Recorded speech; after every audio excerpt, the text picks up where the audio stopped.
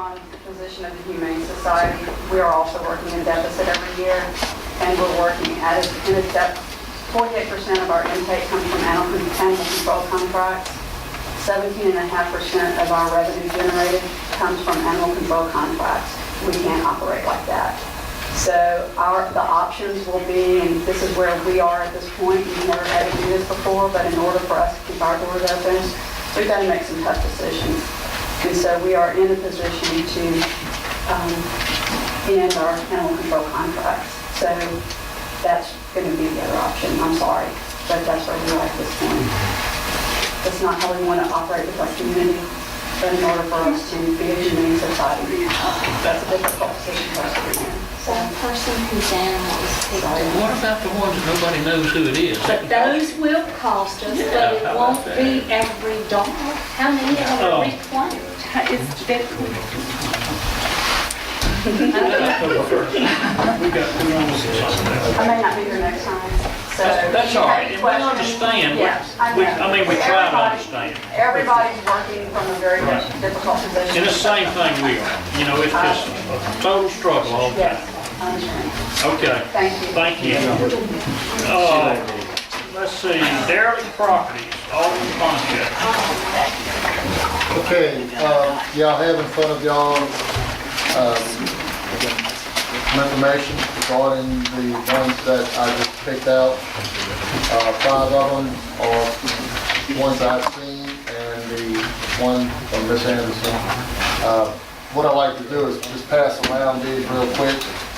You've seen these. And I'd like to ask the board, if we could, if it's in order, Mr. Mayor, that we give direction. These really are aesthetic-wise, mainly to Main Street or Jeff Davis, as well as Highway 9. So we are asking, Florida is sitting here telling us what we need to do to improve our situation in our city. Therefore, I see what we need to do our part and start having some of these property owners as well as business owners do their part. I'd like to add one too, this, the bank at Pineville Road, the old Hancock Bank. Feel free to, I mean, yes, we can do it.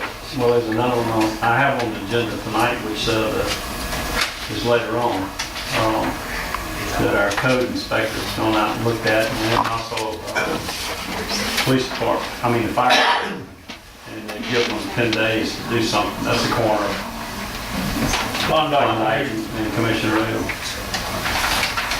So, Is that the same, what we're discussing now? yeah, it's going to put down here on the bottom part. Okay. Well, all I'm saying is that we really need to step it up a little bit in the code enforcement office. I know we've got 2 people in that office that go out or are capable of going out there in the field. Am I correct, Mr. Mayor? You're correct. Okay. I'd like to see those Both of them. being pursued to the fullest extent if we can. Well, I'll tell you what I'm gonna do. I want y'all, as a board, to pass that message on, because we've talked about this already, Right. and I have to be honest and totally truthful with you. I cannot stay down there and prod them to get it done. They're gonna have to do it. Or You can need we a ask, director? I mean, what do you The board would like to do it directly. Again, I'm off the, how do I phrase this? You're their boss, right? I mean, they report to you. I'm telling you, I think it'd be nice if the board, because the board can direct me, and it'd be nice if y'all really have a strong feeling about what needs to happen in that office. Let's put it in the minutes that we are requesting with you, and we're asking you, No, we're directing we're you. directing you to make sure that this is carried out. We really need What that. exactly are we carrying out here? We're gonna have more than one We person. need more than one person In the only field. 2 days a week, 8 hours a day out there in the field. You talking about Earl? Yeah. Yeah, well, he's the only other person. Well, then let's put that on the Let's Y'all, my property put it on on there. on Pineville and La Rosa, I have some issues and I'm hoping Jim can help me clear this up. I talked with Claire about it. One end of the building has grass growing in it. The other end, there's a doctor's Yeah, had a office. snake in it the other day. And yet, we can't do anything. I think there were some issues with court or something. Enlighten me, because otherwise I'd like to see half that building condemned.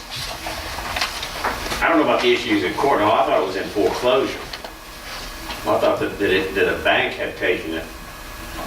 It's a condominium of some kind, right? It was, Yeah. somehow they got it Split it declared to be a up. condominium. A condominium of businesses. Yeah. Carolyn. But Video store. the problem you got in there is the condominium owners, you know, if any of you've ever lived in a condominium complex, there's an owners association. POA. And there's a POA, and there's dues, and you pay that. Well, that group declared a condominium for some reason, I don't know why, I wasn't around, but they declared a condominium, but they don't have an association, and they don't have a group, and they don't pay any dues, so there's no money to maintain the common areas. And if you, we spoke at one time, Claire spoke at one time, correct me if I'm wrong now, she and I worked on this, and they say, oh, well, no, the condominium's gone, we don't have an association anymore. Well, there's no such thing, you can't do that. If you, imagine if you build a 20-story condominium complex on the beach, you can't just say, well, never mind, we're not gonna be one. Somebody's gotta maintain the common areas. And what they're saying is, well, we don't have an association, so nobody's responsible for maintaining anything. And that's not right. I mean, it is still a condominium, so if we clean up something, well, look at it like this. If it was a condominium complex on the beach, and we had to go and do something, doesn't matter which unit or what, we lien the whole thing. So if there's something out there that we're entitled to go out there and clean up, even if the doctor's office is fine on one end, if we have to do something on the other end, we lien the whole project. And so he's going to be responsible for it. But I heard that, I was almost certain that the other part of it either was in foreclosure or had been foreclosed.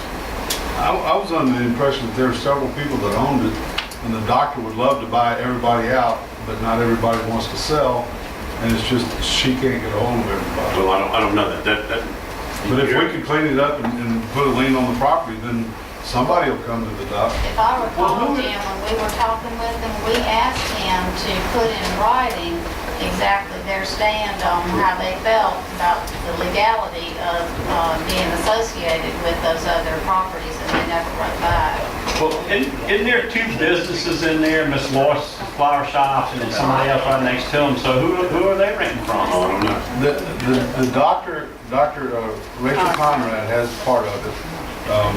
And I think that the physical therapist is next to her. Yeah. And there used to be a psychiatrist in that building too. And the next to that was Lowe's Flower Shop, and then there was a church or something. And the rest of it's Church vacant. is still there. Church is there and a hearing aid place is still there. Yeah. All right. If the common areas, the parking lot, or the exterior of the building or something is in violation of the ordinance, we need to cite who we can find for the violation. I don't know if it rises to the point where it is a, let me quote this, in such a state of uncleanliness as to be a menace to the public health, safety, and welfare.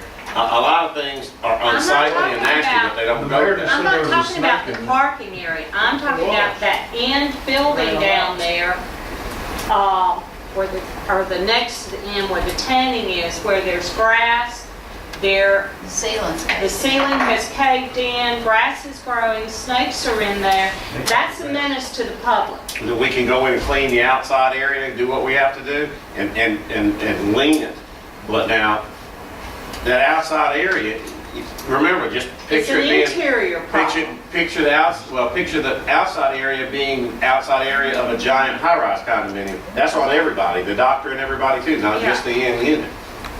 It goes on everybody. I'm not talking about outside, I'm talking about the building itself with the hole in the roof. Oh, she wants to But it condemn the ties them building. all together regardless. Just, that's why I If said. he condemned the end parking lot. over here, does it condemn Rachel Conrad's office? No, but the cost of fixing it is on Rachel Conrad's office and everybody else. Jim, I have two questions regarding this issue. One is, it reminds me of when we were trying to battle the apartment complex over behind Choice. Yep. Where we could make them clean it up, but if they boarded everything up, that was about as far If they as we could abate, legally. if they abate the threat to the public health and safety, that's about all you can make them do. Not that I condone that, I mean, I think there still should be something additional, especially on Main Street. But with respect to the properties, how do we deal with those when we can't even deal with the other white elephant on Beatline Road? Right. I mean, we've been after him for years. What makes us think we're going to do anything different on Kmart, Ramada Inn, or the bank on Market? Well, now, as I understand what we're talking about cutting grass and cleaning up on the outside and getting rid of the snake problem. If you want to get inside the building, you're going to have to do like we did those apartments, make the people come in here and make them, board it up and clean it up and abate the threat. That was where I got the Well, I idea. don't know if there's. That's dealing with the buildings, but there's no building on the Ramada Inn property or the Kmart property. Well, Ramada Inn, I think what we're talking about is a steel pole signpost That needs to be. Well, that needs to be removed. And the same thing at Kmart. I think The they man were. at Kmart said he was gonna take his down. He hadn't done it yet, but I talked to him. Can I get back to the original discussion, please? If it's the pleasure of the board. What I'm wanting to do is, particularly the one at 104 and 206, Jeff Davis. I'd like some direction to see if we can in fact have the code enforcement, the inspector, as well as the fire chief or deputy chief, go in there and inspect these two buildings to see whether or not they are to be condemned or not. And I would like to have some type of report, if possible, for the That next needs to meeting. be code inspectors. Code inspector and You need the fire. And fire fire. You're gonna need your building official and you're gonna need your fire department. correct. Yes, ma'am. Well, I make that informal motion. That's what I'm getting at. Those two buildings, two Those properties. two buildings, yes. So you asking us to direct the mayor to direct Yeah. the code? Let's put it in the minutes. Can we add I want it written down, that's We'll all. handle it. Ms. Anderson is making a motion George, you get rid of it. directing the mayor to direct the building official and the fire department, chief or deputy chief, inspect 104 Jeff Davis, 206 Jeff Davis, to see whether or not the buildings need to be condemned. And you can And put what about building, yours? Why don't we do the roast too? Yeah, do And what, what? Carolyn? And the Yep, roast. is it a road? And, Let's Alright. do a walk. is yours a building or yours a hey, and, So add Wait a yours. minute, La Rosa is the 100 La Rosa. all right, and when we say building inspector, we, go ahead and put comma, or 11s, comma, and move on. We've identified it. Leonard, is